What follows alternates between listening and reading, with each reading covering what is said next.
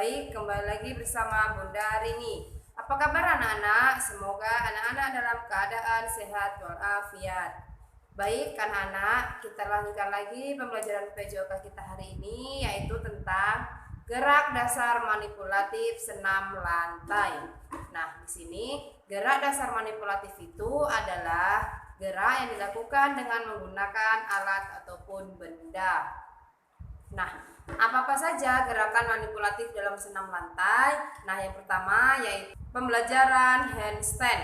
Ya, anak-anak sudah tahu bagaimana gerakan handstand ya. Perhatikan gambar yang di samping. Nah, cara melakukan gerakan handstand yaitu dapat menggunakan dinding, tembok untuk menahan badan agar tidak jatuh. Awalnya berdiri sambil merentangkan tangan ke depan atau dapat pula diawasi dari posisi jongkok. Kemudian badan dibungkukkan dan tangan digunakan sebagai tumpuan badan. Dorong kedua kaki hingga terangkat ke atas.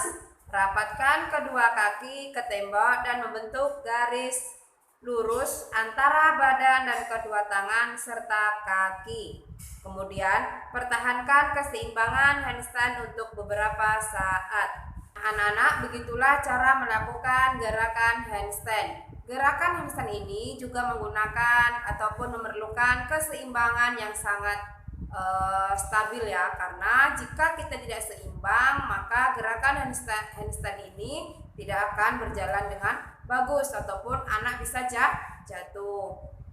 Ya, itulah yang dimaksud dengan gerakan handstand. Yang kedua, handstand ataupun cup stand. Nah, cara melakukannya yaitu kalian bisa melakukan dengan teman. Yang pertama, kita membahas tentang pembelajaran handstand kedua kaki ditepuk. Caranya dilakukan dengan disiplin dan hati-hati. Bagian atas kepala diletakkan di lantai, posisi leher jangan terlalu melenting. Sikap kaki dan tangan pada posisi handstand dapat divariasikan. Handstand satu kaki ditepuk, kaki yang lain diluruskan. Coba anak-anak lihat gambar yang di samping. Itulah cara melakukan gerakan handstand. Yang kedua, cara melakukan handstand dengan menggunakan kedua tangan. Selain kaki dapat dirubah posisinya, posisi kedua tangan pun mempunyai berbagai variasi. Salah satunya yaitu kedua tangan diluruskan di samping kepala, kedua kaki tetap lurus ke atas.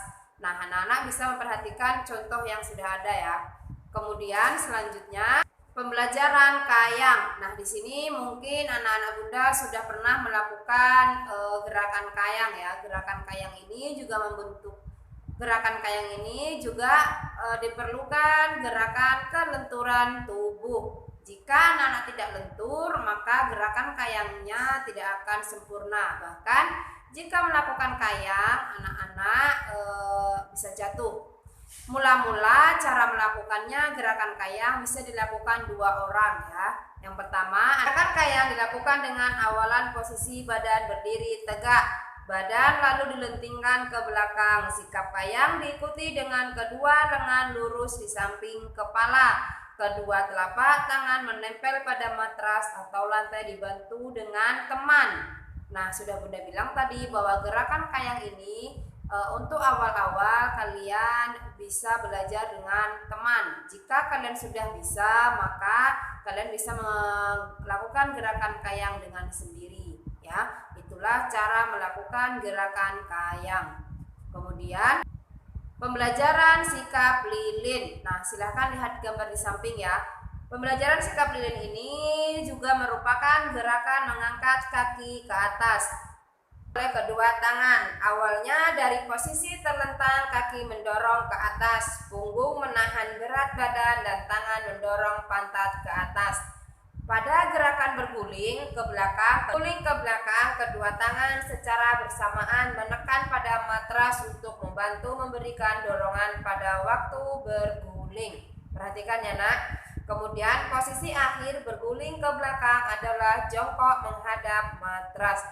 Jadi sikap lilin itu menggunakan alat yaitu matras. Diingat ya, alat yang digunakan untuk sikap lilin adalah matras. Kemudian gerakan selanjutnya pembelajaran guling depan dan guling belakang ya, yang dimana pembelajaran itu sudah Bunda jelaskan di awal. Jadi anak-anak silahkan dibaca saja ataupun diingat lagi pembelajaran yang sebelumnya ya.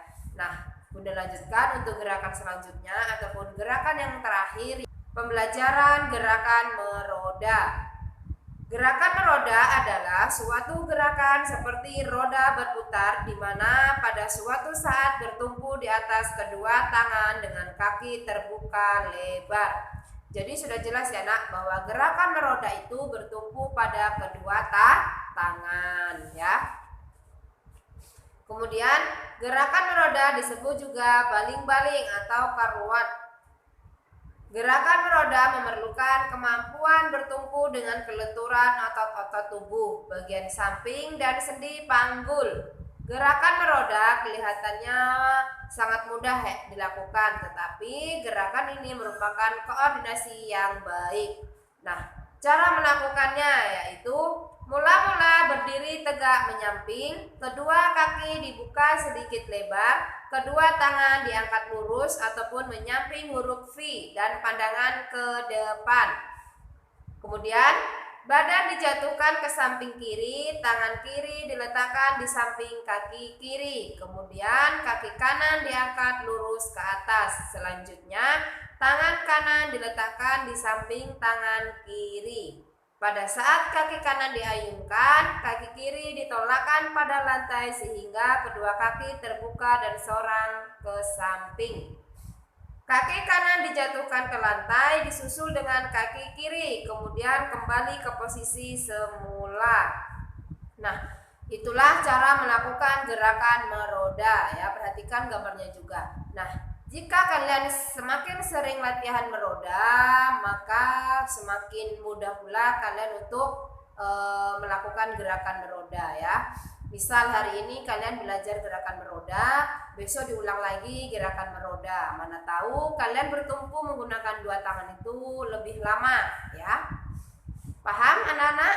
Nah, cukup sekian pembelajaran kita hari ini. Namun sebelum Bunda akhiri tentu ada tugas.